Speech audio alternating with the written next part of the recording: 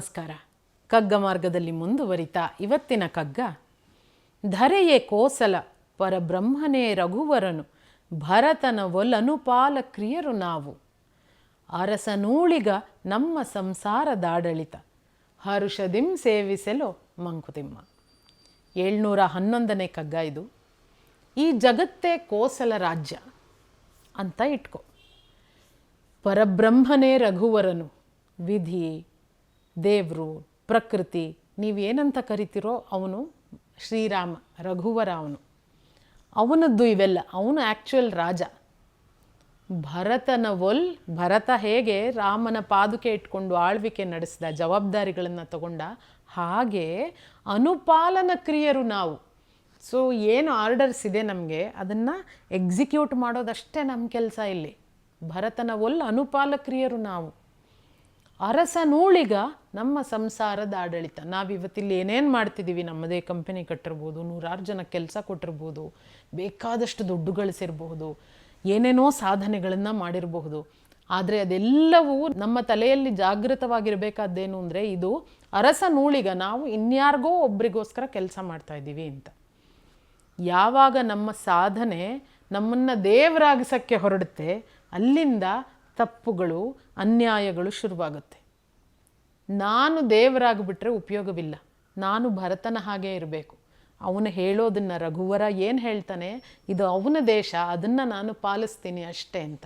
ಯಾವಾಗ ನಾವು ಮಾಡುವ ಸಾಧನೆಗಳು, ನಮಗೆ ಸಿಗುವ ಯಶಸ್ಸು, ಸಕ್ಸಸ್ಸು ತಲೆಗೇರಕ್ಕೆ ಶುರುವಾಗುತ್ತೆ, ನಾನು ಏನು ಬೇಕಾದರೂ ಮಾಡಿ ದಕ್ಕಿಸ್ಕೊಂಡು ಬಿಡಬಲ್ಲೆ ಅಂತ ನಮಗನ್ಸೋದಕ್ಕೆ ಶುರುವಾಗುತ್ತೆ. ನಾವು ದೇವರಾಗೋಕ್ಕೆ, ರಘುವರನಾಗುವುದಕ್ಕೆ ಶುರು ಮಾಡ್ತೀವಿ. ಸಮಸ್ಯೆ ಅಲ್ಲಿಂದ ಪ್ರಾರಂಭವಾಗುತ್ತೆ.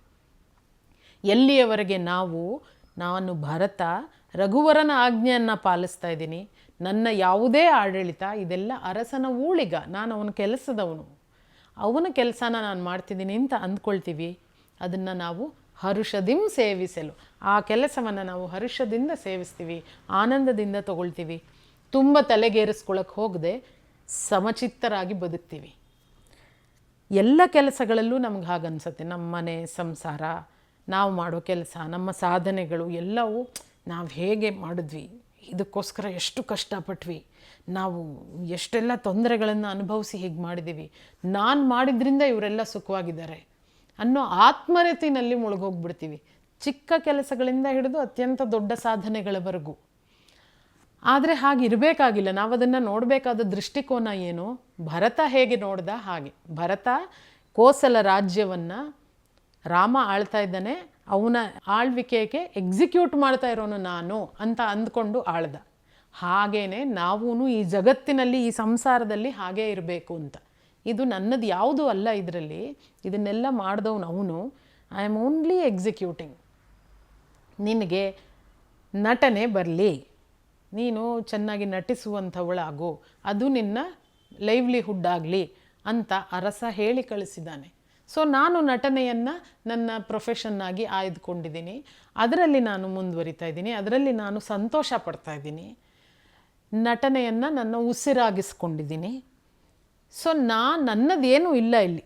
ನನಗೆ ಮೇಲಿಂದ ಆಜ್ಞೆ ಬಂದಿದೆ, ಇದು ನಿನ್ನ ಜೀವನವಾಗಲಿ ಅಂತ. ಅದನ್ನು ನಾನು ಮಾಡ್ತಾ ಇದ್ದೀನಿ ಅಷ್ಟೇ. ಈ ಅರಿವಿದ್ದಾಗ ನಾನು ಒಬ್ಬ ಒಳ್ಳೆಯ ನಟಿಯಾಗಿ ಬೆಳೆಯೋದಕ್ಕೆ ಸಾಧ್ಯ. ಯಾವಾಗ ನಾನು ಎಲ್ಲ ಜಗತ್ತಿನಲ್ಲೆಲ್ಲರೂ ನನ್ನನ್ನೇ ನೋಡ್ತಾರೆ, ನಾನು ಹೇಳಿದ್ದೇ ನಡೆಯುತ್ತೆ, ನನಗೆ ಯಾರು ಏನೂ ಮಾಡೋಕ್ಕೆ ಸಾಧ್ಯ ಇಲ್ಲ ಅಂತ ಅಂದ್ಕೊಂಡ್ಬಿಡ್ತೀನಿ, ಅದು ಮೇಲಿನಿಂದ ಬಂದ ಆಜ್ಞೆಯಲ್ಲ, ನನ್ನೊಳಗಿಂದ ಬಂದಿದ್ದು ಅಂತ ನನಗನ್ಸಕ್ಕೆ ಶುರುವಾಗ್ಬಿಟ್ರೆ ಅವಸಾನ ಅಲ್ಲಿಂದ ಪ್ರಾರಂಭವಾಗುತ್ತೆ.